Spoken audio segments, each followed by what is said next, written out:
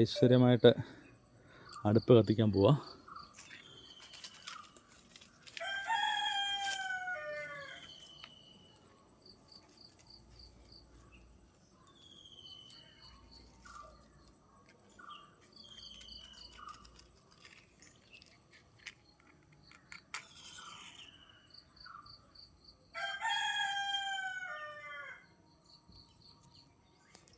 പൊങ്കലോ പൊങ്കൽ.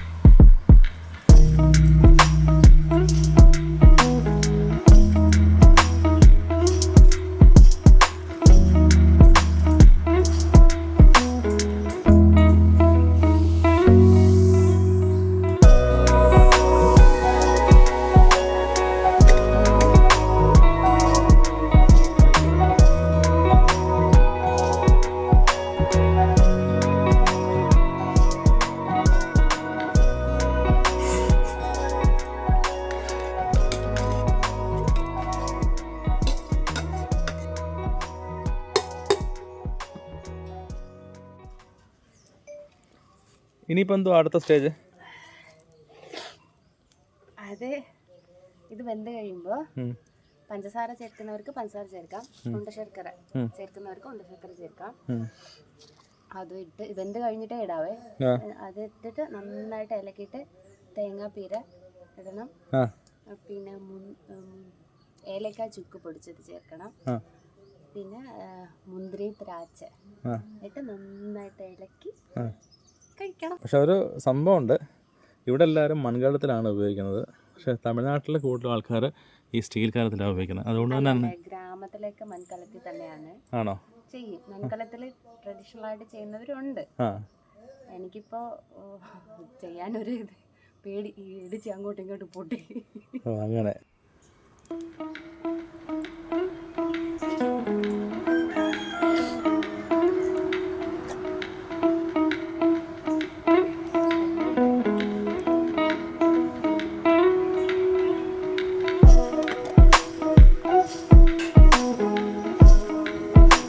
പൊങ്കൽ തിളച്ച് തൂക്കിക്കൊണ്ടിരിക്കുകയാണ്.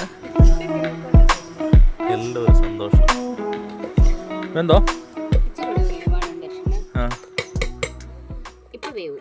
ഓക്കെ. ഇതൊക്കെ എന്തൊക്കെയാ?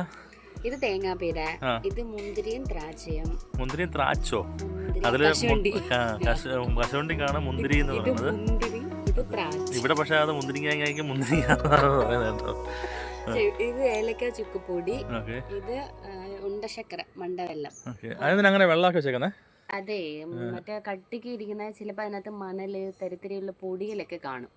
അപ്പൊ സാധാരണ ഇച്ചിരി ചൂടുവെള്ളത്തിൽ ഇങ്ങനെ കലക്കൊന്ന് തിളപ്പിക്കുമ്പോ അത് അലിഞ്ഞിങ്ങനെ വരുമ്പോ വേസ്റ്റ് എല്ലാം കൂടെ അടിയിൽ നിൽക്കും. അങ്ങനെ അരിച്ചെടുത്തോണ്ട് വന്നാ വലിയ കുഴപ്പമില്ലായിരുന്നു, നല്ലതായിരുന്നു. പക്ഷെ നേരത്തെ നമ്മൾ വേറെ ആവശ്യത്തിന് എടുക്കുമ്പോൾ ഇങ്ങനെ ചെയ്യുമ്പോൾ അടിയിൽ ഇങ്ങനെ മണൽ നിൽക്കാറുണ്ട്. അപ്പൊ ഇതിനകത്ത് ഒഴിക്കാൻ അങ്ങനെ ഇടാൻ പറ്റത്തില്ലല്ലോ. സംഭവം റെഡിയാക്കാനായി.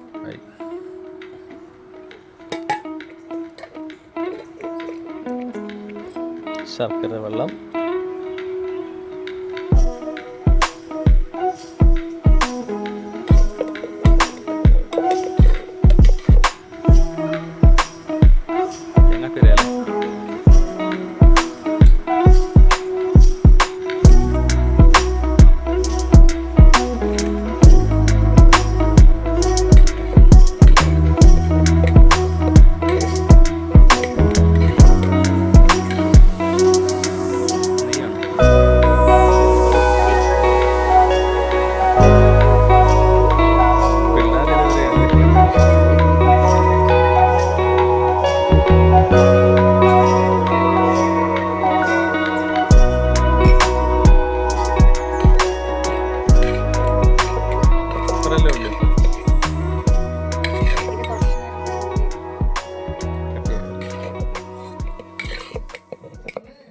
ഞങ്ങളുടെ സ്നേഹത്തിൻ്റെ, സന്തോഷത്തിൻ്റെ, സമാധാനത്തിൻ്റെ, രണ്ട് സംസ്ഥാനക്കാരുടെ പ്രണയത്തിൻ്റെ പൊങ്കൽ അല്ലേ?